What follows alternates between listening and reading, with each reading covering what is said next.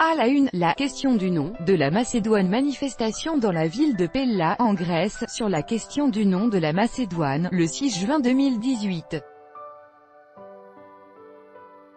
Reuters, Alexandros Avramidis. Une revue de presse présentée en partenariat avec le Courrier des Balkans. Alors que les gouvernements d'Athènes et de Skopje poursuivent leurs négociations pour parvenir à un compromis sur la question du nom de la Macédoine, les oppositions nationalistes s'organisent, en Grèce comme en Macédoine. Le 2 juin, le parti du VMRO-DPMNE a tenu son premier grand rassemblement à Skopje depuis son départ du pouvoir, il y a un an. Et le 6 juin, des manifestations ont été organisées dans 24 villes de Grèce, pour protester contre tout compromis avec la Macédoine.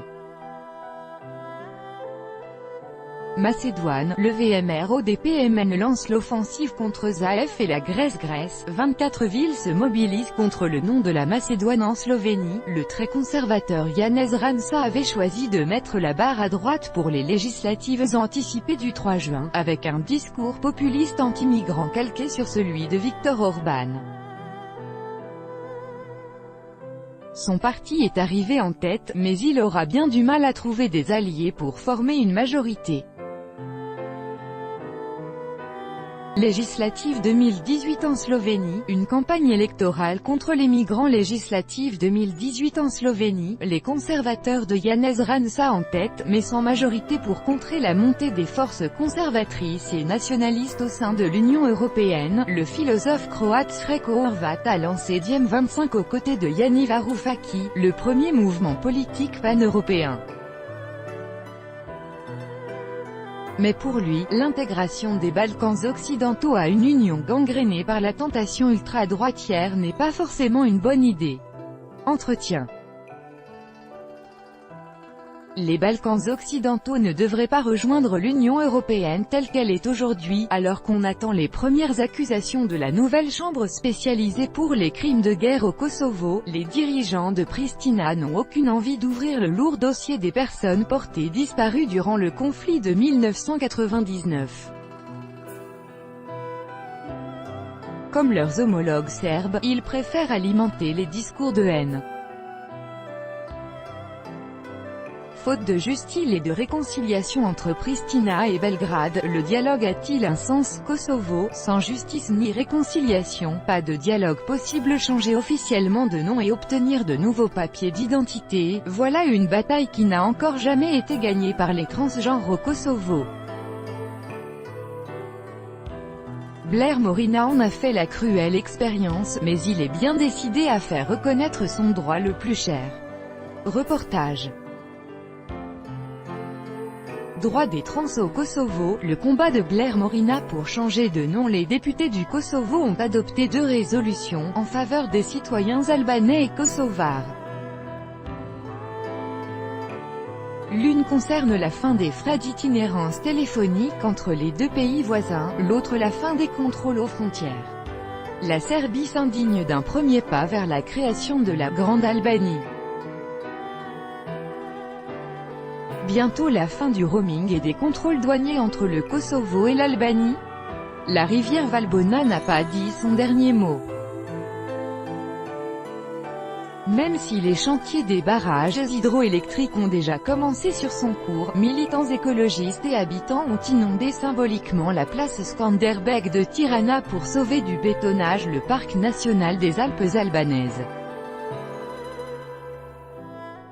Albanie, pour se défendre, la rivière Valbona inonde symboliquement Tirana. Mortalité infantile, malnutrition, déscolarisation, les indicateurs sont au rouge pour les enfants en Albanie. À l'inverse de la Slovénie. C'est ce que révèle un rapport de l'ONG britannique Save the Children publié à l'occasion de la Journée internationale de l'enfance. Protection de l'enfance, l'Albanie au bas du classement européen, la Slovénie au top. La Croatie compte aujourd'hui plus de 325 000 surendettés, soit 8% de la population, redevable d'un total de 5,9 milliards d'euros. Mais ce n'est pas du côté du gouvernement, et encore moins des banques, qu'ils doivent se tourner pour trouver de l'aide. Pauvreté en Croatie, le gouvernement conservateur fait les poches des surendettés. Nouvelle offensive de la mouvance néo-conservatrice en Croatie.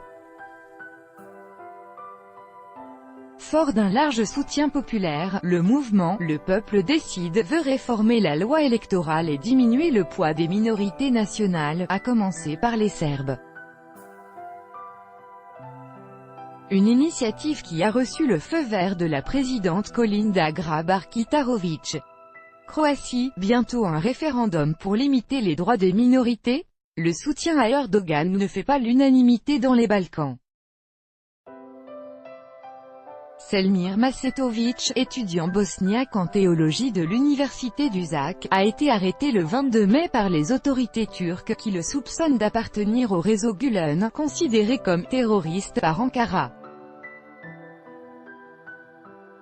Dans sa ville natale de Gradakak, les citoyens se mobilisent pour demander sa libération. Turquie, un étudiant guleniste de Bosnie-Herzégovine dans les geôles d'Erdogan. Certains villages du nord du Monténégro comptent plus de maisons vides que d'habitants.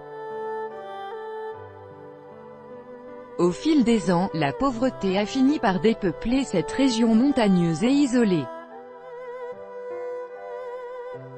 Dans les hameaux désertés, il ne reste que plus des anciens. Les écoles à l'abandon, témoins d'un temps révolu, menacent ruine. Reportage.